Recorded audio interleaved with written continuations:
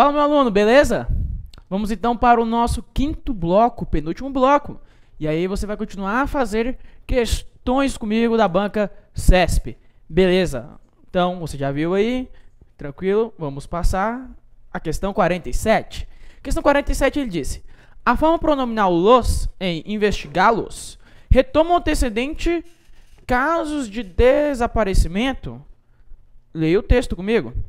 Ele disse: na cidade do Rio de Janeiro, são registrados, em média, 5.200 casos de desaparecimento por ano. Alguns dos desaparecidos voltam para casa dias depois. Outros, para desespero dos familiares, são encontrados mortos, em ocorrências que variam de acidentes, como atropelamento ou engarrafamento, a assassinatos. Centenas de casos, no entanto, ficam sem solução.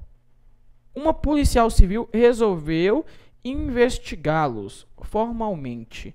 Olha para mim. A policial civil resolveu investigar o quê? Resolveu investigar o quê? Volte aqui na leitura do texto, quando ele disse: centenas de casos, no entanto, ficam sem solução. Tá, centenas de casos ficam sem solução. Uma policial civil resolveu investigar o quê? Resolveu investigar esses, casos. Aí o los retoma casos de desaparecimento ou retoma centenas de casos? Centenas de casos que ficam sem solução. Não está retomando os 5.200 casos, e sim centenas de casos. Quer dizer que o item está o quê? Errado, meu aluno. Item incorreto. Beleza? Então vamos comigo para a nossa próxima questão. Questão de número 48. Ele disse: a substituição de fazê-lo pensar por fazer ele pensar estaria de acordo com a modalidade escrita e as normas de registro formal culto da língua portuguesa? Então ele perguntou se posso substituir fazê-lo pensar por fazer ele pensar. Olha o texto. O texto literário pode mudar o leitor, pode confrontar suas crenças e fazê-lo pensar. Olha para mim. Está correto fazer ele pensar? Não, nada a ver. Totalmente errado, Heitor. É o mesmo dizer, deixa eu pensar um pouco. Não, deixa eu pensar, não. O correto é deixe-me pensar. Deixe-me pensar. Por quê, professor? Porque o pronome, no caso reto, eu, não exerce função de objeto. Não exerce função de objeto. Aí eu tenho que utilizar um pronome oblíquo átono. Então, por isso, não cabe fazer ele pensar. Nossa, é até feio falar dessa forma. O item está errado. Incorreto. Questão boba essa, professor? Essa questão foi boba mesmo. Então, vai lá, veja comigo a próxima questão. Questão de número 49. E ele disse: o trecho dar-lhe voz, chamar-lhe atenção para algo, poderia ser corretamente entendido da seguinte forma: dar voz ao leitor, chamar a atenção do leitor para algo. Leia o texto. O texto literário pode mudar o leitor. Dar-lhe voz. Dar voz a quem? Dar voz ao leitor. Chamar-lhe a atenção para algo não percebido espontaneamente. Chamar a atenção de quem? Chamar a atenção do leitor. Olha aqui. Presta atenção agora. O pronome ler. Tá bem aqui, pronome ler. Ele faz referência à ideia de pessoa. Primeira coisa que você tem que saber. O pronome ler faz referência à ideia de pessoa. E mais, ele tem que ser objeto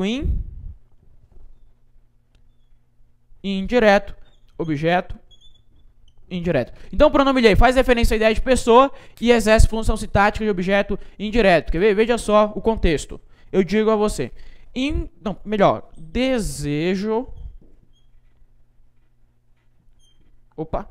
Desejo.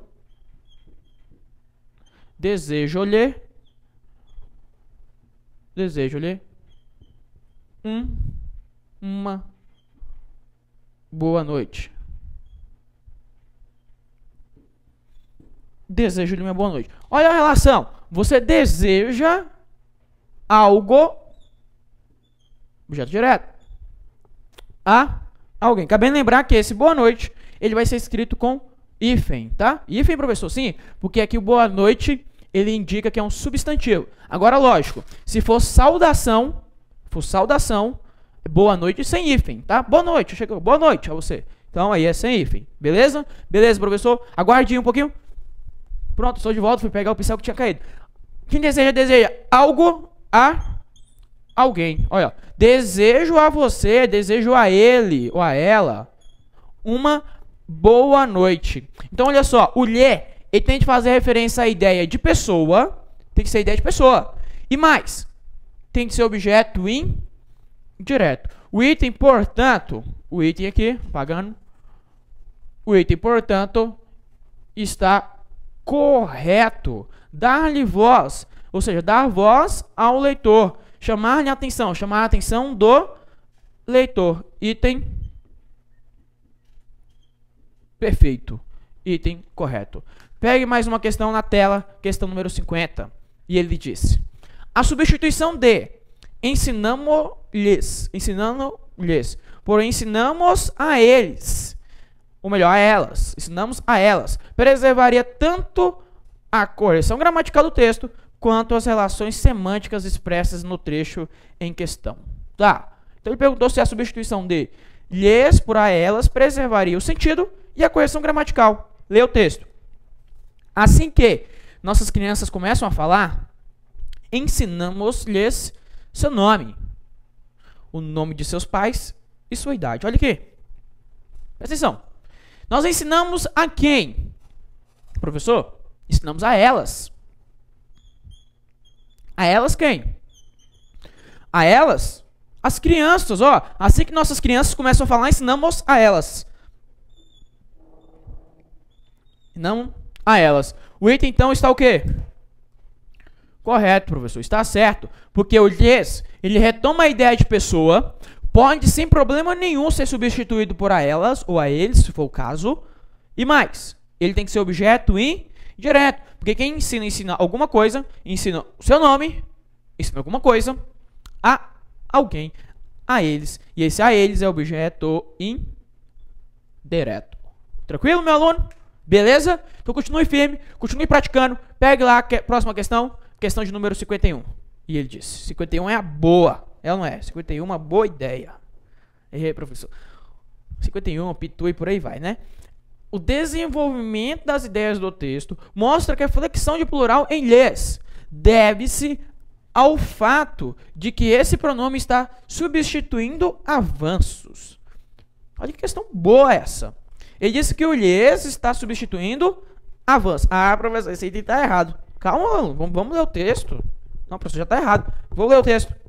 Os pessimistas que fiquem com seus resmungos, pois os avanços em praticamente todas as direções estão bem medidos. Os fatos não lhes dão razão. Os fatos não dão razão a quem? Aos avanços? Olha aqui para mim. Os fatos não lhes dão razão. Os fatos não dão a razão a eles, aos pessimistas. Professor, já marquei errado porque avanços não dá ideia de pessoa. Muito bem, avanços não dá ideia de pessoa. Pessimista, sim. Os fatos não lhes dão razão. Não dão razão a eles, aos pessimistas. E olha que bacana. Pergunta, professor, poderia colocar o pronome lhes após a forma verbal dão? Os fatos não dão-lhes razão? Não. Não, professor. Não. Ué, por que, professor? Não pode? Pelo seguinte... Olha aqui, meu aluno, presta atenção agora que isso é importante na sua vida. Tá vendo esse cara aqui? Tô, professor. Então, esse cara é um advérbio. E daí, professor? O advérbio é fator de atração. E fatores de atração exigem que o pronome venha antes do verbo. Então, agora, você vai ver comigo aqui os fatores de atração. Isso, fatores de próclise, fatores de atração. Coloque aí no seu caderno. Fatores de próclise. Eu falei fatores de próclise. Nós estamos falando basicamente de fatores de atração.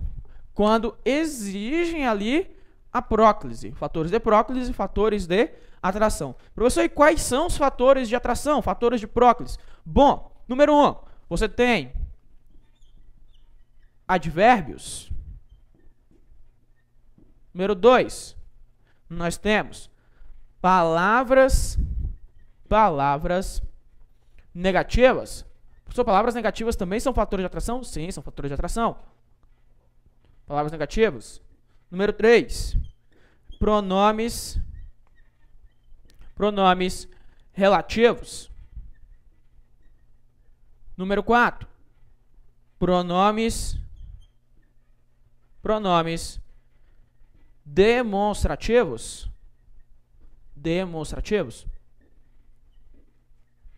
Número 5, opa, meu espaço está acabando.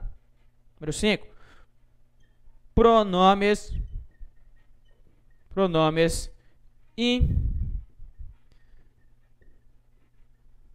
indefinidos. E por último, aqui do lado, e por último, número 6, conjunções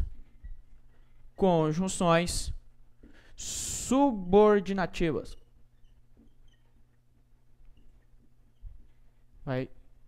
Subordinativas. Pronto. Estes são os fatores de próclise. Professor, quer dizer que eu vou ter que decorar esses fatores? Sim, senhor. Decore os fatores de próclise, fatores de atração. São 6 os fatores de atração. Advérbios, palavras negativas, pronomes relativos, pronomes indefinidos, pronomes demonstrativos e conjunções subordinativas. São estes 6 os fatores de atração. Como assim, professor? Me dê um exemplo, então. Veja o contexto. Vou apagando. Qualquer coisa, meu aluno, você dá um pause no vídeo aí para copiar, se for o caso. Que aqui é assim, né? O seu tempo é precioso, é ou não é? É, professor, meu tempo é precioso. Muito bem. Olha só. Veja aqui o contexto. Nunca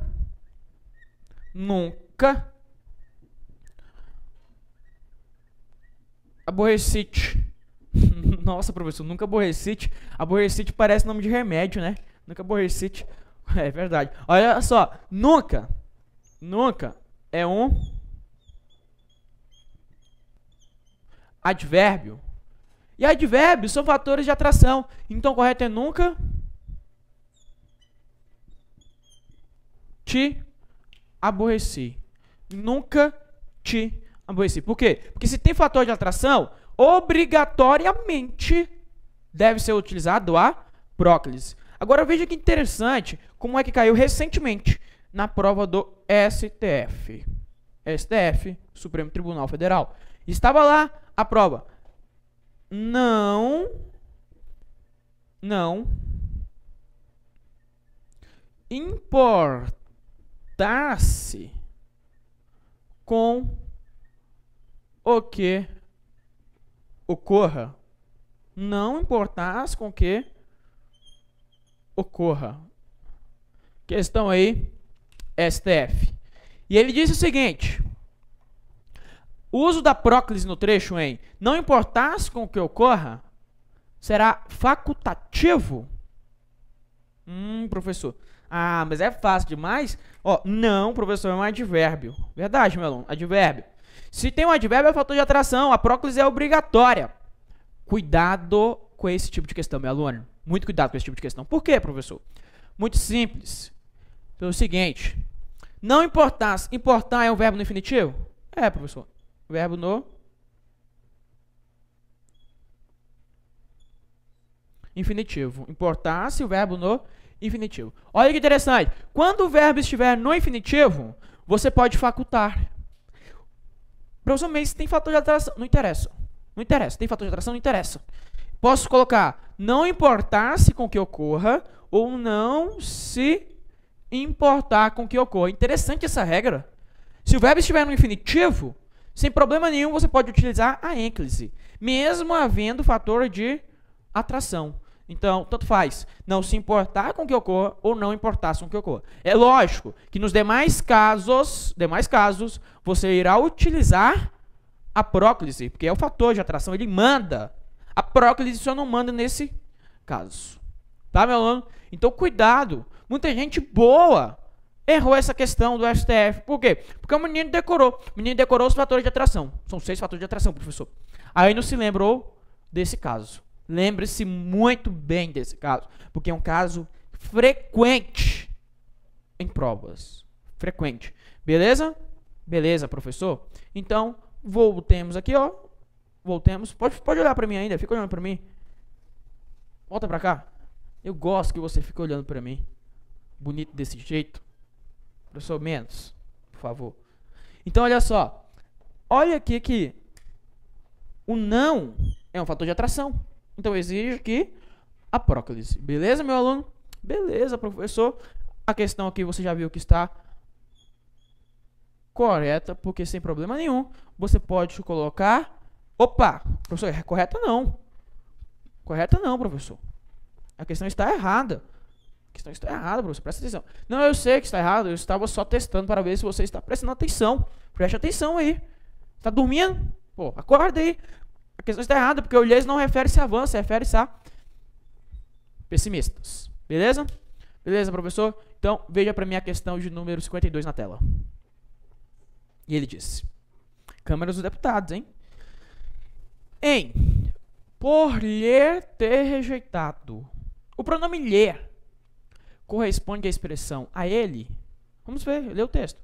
O deputado Penido censurou a Câmara por lhe ter rejeitado 2 emendas. Olha para mim. O deputado Penido censurou a Câmara por ter rejeitado 2 emendas. Por ter rejeitado a quem? Professor, por ter rejeitado a ele. A ele. A ele quem? A ele, o deputado. Isso. Aí ele perguntou, por lhe ter rejeitado, o pronome lhe refere-se a ele? Sim, caberia no lugar a ele. A ele, por ter rejeitado a ele 2, sim, cabe no lugar o lhe. A questão está correta. Quer ver? Agora, outra pergunta interessante. Eu poderia pegar esse pronome lhe, que está bem aqui, ó, o cara aqui, ó. Esse pronome lhe. E colocá-lo após o verbo ter? Por ter-lhe rejeitado? Pode, professor, porque o verbo ter está no infinitivo. Isso. Agora eu posso colocar depois do rejeitado? Não, professor. Por quê? Porque rejeitado é o particípio.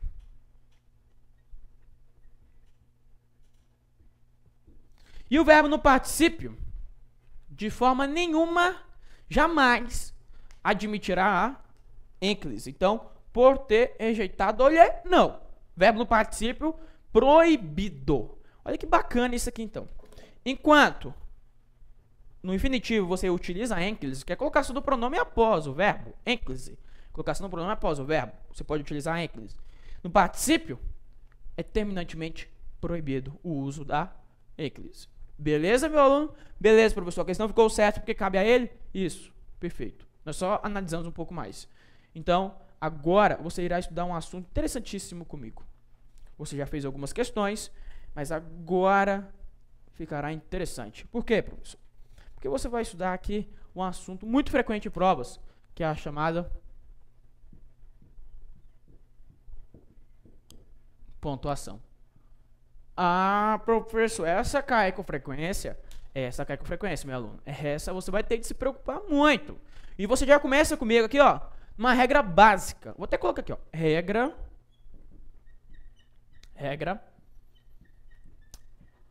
básica. Regra básica essa aqui, ó. Regra básica, meu aluno. Sujeito, verbo, sujeito, verbo e complemento. Lógico, complemento do verbo. Qual que é o complemento do verbo?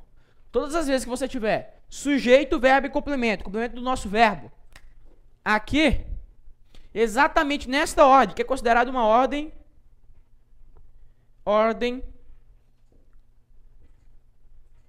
direta. É uma ordem direta. Beleza? Então, olha só. Quando tiver nessa ordem direta, a vírgula, ela será uma vírgula, virguleta,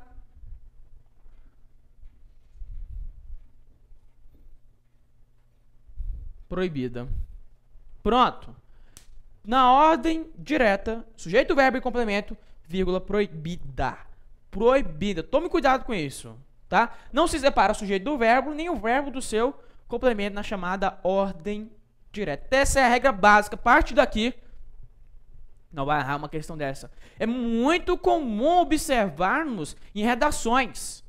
A gente vai lá e coloca um sujeito enorme e coloca vírgula.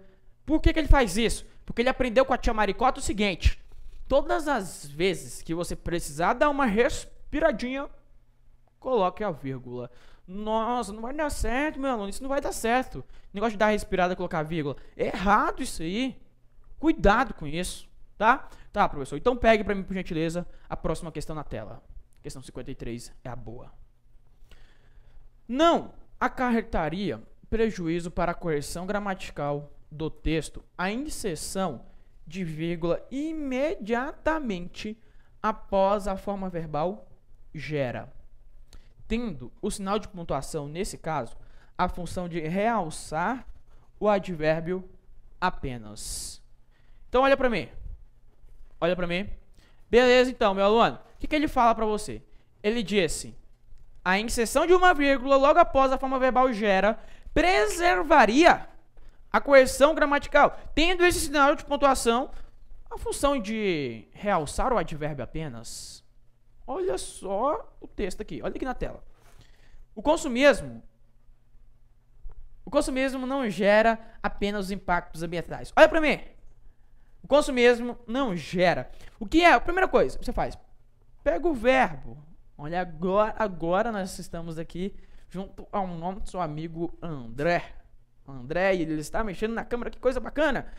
Primeira coisa, você olha para o verbo e gera. Quem é que gera? Professor, o consumismo. É o nosso. É porque, meu aluno, estava aqui o nosso amigo Wendel agora há pouco e ele não gosta de mexer na câmera, o André já gosta. O consumismo não gera a inserção de uma vírgula, tá? Após a forma verbal gera, né? Quem gera, gera algo, professor. Verbo transitivo direto, os impactos ambientais, objeto direto. Aí ele mandou você inserir uma vírgula bem aqui, ó. Uma virguleta após a forma verbal gera. E não prejudicaria a correção gramatical, tendo esse sinal de pontuação apenas a função de realçar, certo ou errado? Acabou de ver comigo, meu aluno. Você acabou de olhar isso comigo.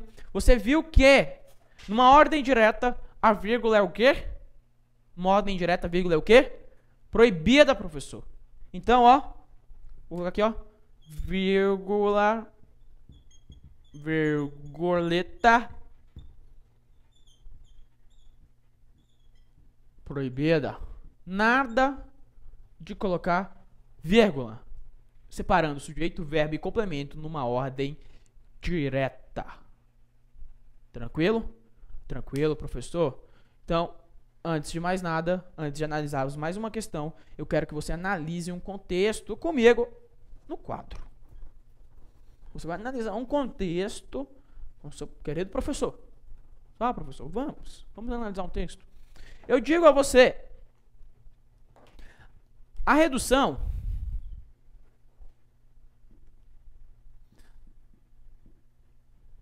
ocorrerá nos próximos dias.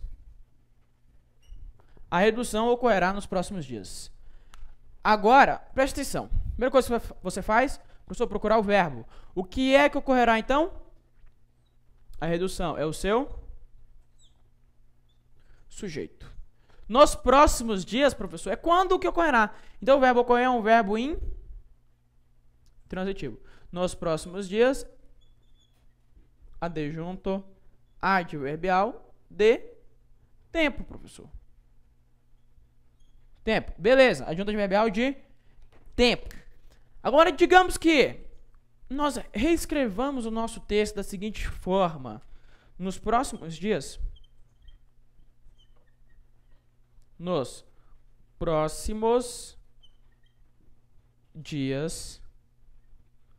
a redução ocorrerá. E é possível fazer isso? É, professor. Ocorrerá. A redução ocorrerá. Preste atenção agora o que você tem aqui. Você tem o verbo que continua sendo intransitivo. A redução é o seu sujeito. E nos próximos dias, quando ocorrerá a redução? Aqui é o adjunto adverbial de tempo. Sim, professor. Agora, é possível você pegar o adjunto adverbial que está lá na ordem direta, sujeito, verbo e complemento. Lembrando a você que na ordem direta, você vai colocar sempre isso aqui, ó. Sujeito, verbo, o complemento, primeiro o complemento objeto, objeto direto, objeto indireto, tanto faz. E depois, adjunto adverbial. Professor, e se não tiver o objeto, igual tem aqui, ó, sujeito, verbo e adjunto adverbial? Ué, segue a ordem, só tirou o objeto. Aí vai seguir sujeito, verbo e adjunto adverbial. Agora, se tiver sujeito, verbo e objeto e tiver o adjunto adverbial é sempre no final da oração, é sempre lá no fim. Agora, eu peguei o adjunto adverbial, que está na ordem direta, e deslocou para o início do texto. Quer dizer que esse adjunto adverbial de tempo ele foi deslocado, professor.